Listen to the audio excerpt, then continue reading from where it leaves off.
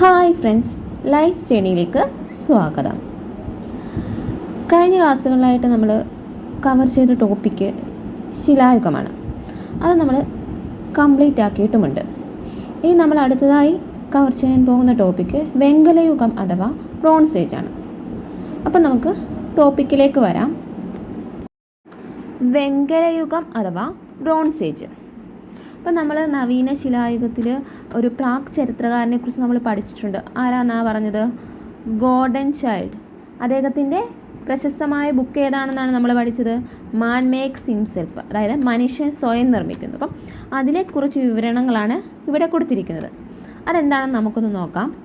BC 6000-നും 3000-നും ഇടയിൽ മനുഷ്യർ കാളയുടെയും കാറ്റിൻ്റെയും ശക്തിയെ പ്രയോജനപ്പെടുത്താൻ പഠിച്ചു.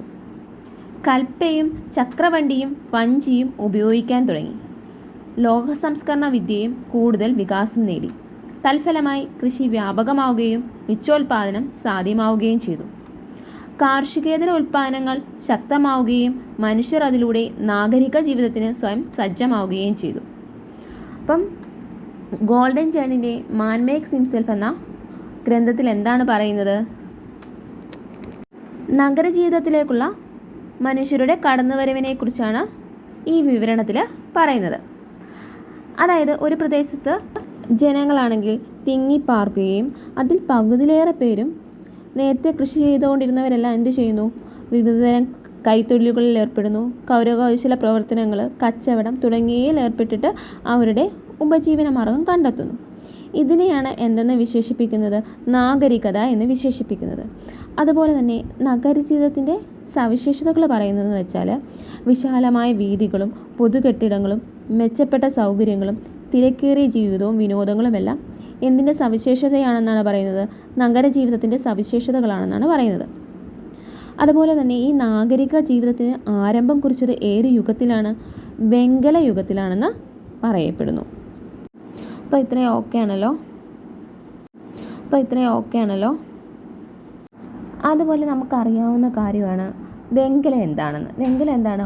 ഓട് അല്ലെങ്കിൽ ബ്രോൺസ്. അപ്പം ഈ വെങ്കലം ചെമ്പും വെളുത്തീയവും ചേർത്ത് സംസ്കരിച്ചുണ്ടാക്കുന്ന ലോഹസങ്കരമാണ്. അപ്പോൾ ചെമ്പും വെളുത്തീയവും ചേർത്താണ് എന്തുണ്ടാക്കുന്നത്? വെങ്കലം ഉണ്ടാക്കുന്നത്. അതുപോലെ തന്നെ ചെമ്പിനേക്കാൾ ഉറപ്പ് ലഭിക്കുന്ന ലോഹമാണ് ഏതെന്ന് പറയുന്നത്? വെങ്കലമെന്ന് പറയുന്നത്. ഈ വെങ്കലം ഉണ്ടാക്കുന്നതിനുള്ള സാങ്കേതിക വിദ്യ ആര് വികസിപ്പിച്ചെടുത്തു? മനുഷ്യൻ വികസിപ്പിച്ചെടുത്തു. അപ്പം ഈ വെങ്കലത്തിൻ്റെ ഉപയോഗം ഇങ്ങനെ വർദ്ധിച്ചുകൊണ്ടിരുന്നപ്പോൾ ആ കാലഘട്ടം എന്തെന്നറിയപ്പെടാൻ തുടങ്ങി? വെങ്കലയുഗ കാലഘട്ടം എന്നറിയപ്പെടാൻ തുടങ്ങി. ഇനി നമുക്ക് ഈ വെങ്കലയുഗത്തിൽ വ്യാപകമായ പ്രധാനപ്പെട്ട വെങ്കലയുഗ സംസ്കാരങ്ങൾ ഏതൊക്കെയാണെന്ന് നോക്കാം. അത് പ്രധാനമായിട്ട് പറയുന്നത് ഹാരപ്പൻ സംസ്കാരം, ഈജിപ്ഷ്യൻ സംസ്കാരം, മെസോപ്പൊട്ടോമിയൻ സംസ്കാരം, ചൈനീസ് സംസ്കാരം. അപ്പോൾ പ്രധാനപ്പെട്ട വെങ്കലയുഗ സംസ്കാരങ്ങൾ ഏതൊക്കെയായിരുന്നു?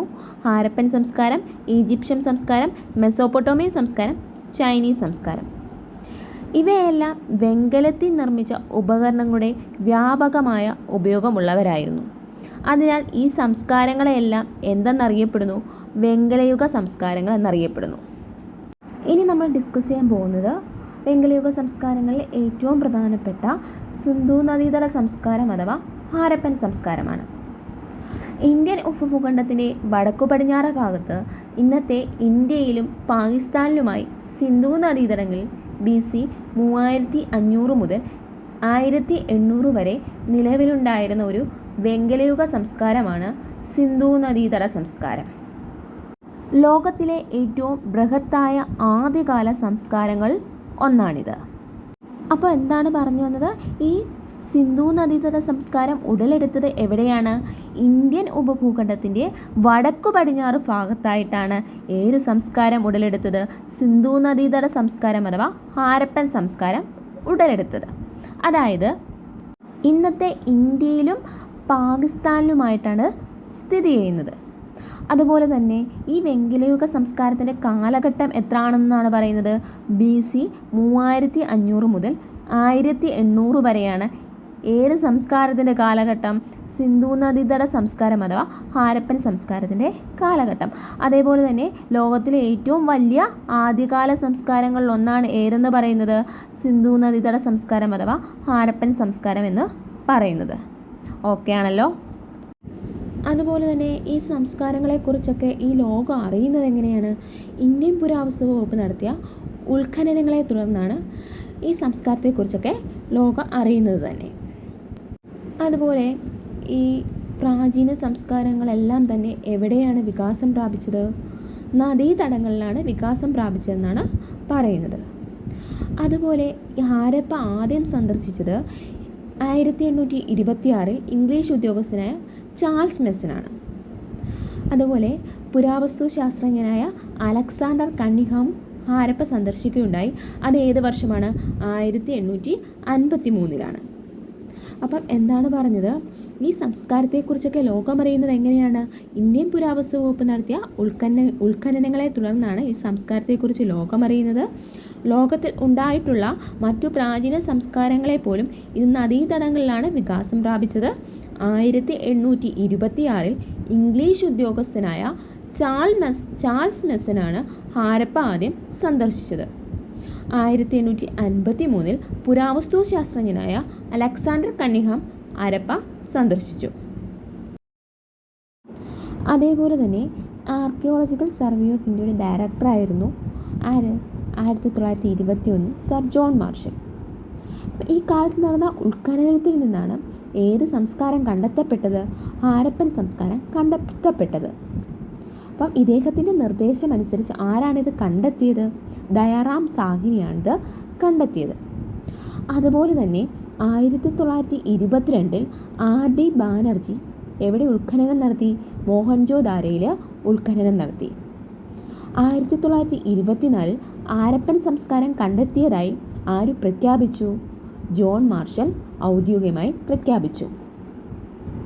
അപ്പം sir John marshal archaeological survey of ഇന്ത്യയുടെ ഡയറക്ടറായി വന്ന കാലഘട്ടം എന്നാണ്? 1921. അപ്പം ഇദ്ദേഹത്തിൻ്റെ നിർദ്ദേശപ്രകാരം ആരാണ് ഹാരപ്പ കണ്ടെത്തിയത്? ദയാറാം സാഹ്നിയാണ് കണ്ടെത്തിയത്. അതുപോലെ തന്നെ മോഹൻജോദാരോയിൽ ഉത്ഖനനം നടത്തിയത് ആരാണ്? RD ബാനർജിയാണ്. ഏത് വർഷം? 1922. അതുപോലെ തന്നെ ഈ ഹാരപ്പൻ സംസ്കാരം കണ്ടെത്തിയതായി ജോൺ മാർഷൽ ഔദ്യോഗികമായി പ്രഖ്യാപിച്ച വർഷം എന്നാണ്? 1924. ആരാണ് പ്രഖ്യാപിച്ചത്? സർ ജോൺ മാർഷലാണ് ഹാരപ്പൻ സംസ്കാരം കണ്ടെത്തിയതായി ഔദ്യോഗികമായിട്ട് പ്രഖ്യാപിച്ചത്. ഇനി നമുക്ക് സിന്ധു നദീതട സംസ്കാരത്തിൻ്റെ സവിശേഷതകൾ എന്തൊക്കെയാണെന്ന് ഡിസ്കസ് ചെയ്യാം. ഇന്ത്യൻ ഭൂഖണ്ഡത്തിലെ ആദ്യത്തെ നാഗരിക സംസ്കാരവും ആദ്യ വെങ്കലയുഗ സംസ്കാരവും ഏതാണ്? സിന്ധു നദീതട സംസ്കാരമാണ്. അതുപോലെ തന്നെ ഈ സിന്ധു നദീതട സംസ്കാരത്തെ ഹാരപ്പൻ സംസ്കാരം എന്ന് വിളിക്കാനുള്ള കാരണം എന്തുവാണ്? സിന്ധു നദീതട സംസ്കാരത്തിൻ്റെ ആദ്യ തെളിവുകൾ എവിടെ നിന്നാണ് ലഭിച്ചത്? ഹാരപ്പയിൽ നിന്നും ലഭിച്ചതിനാലാണ് ഈ സിന്ധു നദീതട സംസ്കാരത്തെ ഹാരപ്പൻ സംസ്കാരം എന്ന് വിളിക്കാനുള്ള കാരണം. അതുപോലെ തന്നെ ഈ സിന്ധു നദീതട ജനത ആരാധിച്ചിരുന്ന മൃഗം ഏതാണെന്നാണ് പറയുന്നത്? കാളയാണ്. അതുപോലെ തന്നെ ഇവർ ഇണക്കി വളർത്തിയിരുന്ന മൃഗം നായയാണ്. ഈ ജനതയ്ക്ക് അറിവില്ലായിരുന്ന മൃഗം കുതിരയാണ്. അതുപോലെ ഈ സിന്ധു നദീതട നിവാസികൾക്ക് ചെമ്പ് കിട്ടിയിരുന്നത് രാജസ്ഥാനിലെ ഖേത്രി ഖനികളിൽ നിന്നാണ്. സ്വർണവും വെള്ളിയും കൂട്ടിക്കലർത്തി സിന്ധു നദീതട ജനത നിർമ്മിച്ചിരുന്ന ലോഹക്കൂട്ടാണ് ഇലക്ട്രം. സിന്ധു നദീതട ജനതയ്ക്ക് അജ്ഞാതമായിരുന്ന ലോഹമാണ് ഇരുമ്പ്. അപ്പോൾ എന്താണ് പറഞ്ഞത്? സിന്ധു നദീതട ജനത ആരാധിച്ചിരുന്ന ഏത് മൃഗത്തെയാണ്? കാളയെയാണ്. അവർ ഇണക്കി വളർത്തിയിരുന്ന മൃഗം ഏതാണ്? നായയാണ്. അവർക്ക് യാതൊരു അറിവുമില്ലായിരുന്ന മൃഗം ഏതാണ്? കുതിരയാണ്. അതുപോലെ ഇവിടുത്തെ നിവാസികൾക്ക് ചെമ്പ് കിട്ടിയിരുന്നത് എവിടെ നിന്നാണെന്നാണ് പറഞ്ഞത്? രാജസ്ഥാനിലെ ഖേത്രി ഖനികളിൽ നിന്ന്. പിന്നെ പറഞ്ഞായിരുന്നു നമ്മൾ ഇലക്ട്രം, അതായത് ഒരു ലോഹക്കൂട്ടാണത്. അപ്പം ഈ ലോഹക്കൂട്ടെന്ന് പറയുമ്പം സ്വർണവും വെള്ളിയും കൂട്ടിക്കലർത്തി സിന്ധു നദീതട ജനത നിർമ്മിച്ചിരുന്ന ഒരു ലോഹക്കൂട്ടാണ് ഇലക്ട്രോ എന്ന് പറയുന്നത്. അതുപോലെ തന്നെ ഈ ജനതയ്ക്ക് അറിവില്ലായിരുന്ന ലോഹമാണ് ഏതെന്ന് പറയുന്നത്? ഇരുമ്പ്. അപ്പോൾ ഇത്ര ഓക്കെ ആണല്ലോ. ഇനി നമുക്ക് ഈ സൈന്ധവ ജനത ഉപയോഗിച്ചിരുന്ന ലോഹങ്ങൾ ഏതൊക്കെയാണെന്ന് നോക്കാം. ചെമ്പ്, സ്വർണം, വെള്ളി, അഴ്സീനിക്ക്, ഈയം, വെങ്കലം എന്നിവയൊക്കെയാണ് ഈ സൈന്ധവ ജനത ഉപയോഗിച്ചിരുന്ന ലോഹങ്ങൾ. അപ്പോൾ നമ്മളിന്ന് വെങ്കലയുഗമാണ് പഠിച്ചത്. പ്രധാനപ്പെട്ട വെങ്കലയുഗ സംസ്കാരങ്ങളിൽ ഹാരപ്പൻ സംസ്കാരമാണ് നമ്മളിവിടെ ഡിസ്കസ് ചെയ്തത്. ഇതിൻ്റെ ബാലൻസ് പാർട്ട് നെക്സ്റ്റ് ക്ലാസ്സിൽ തരുന്നതായിരിക്കും. Okay, thank you.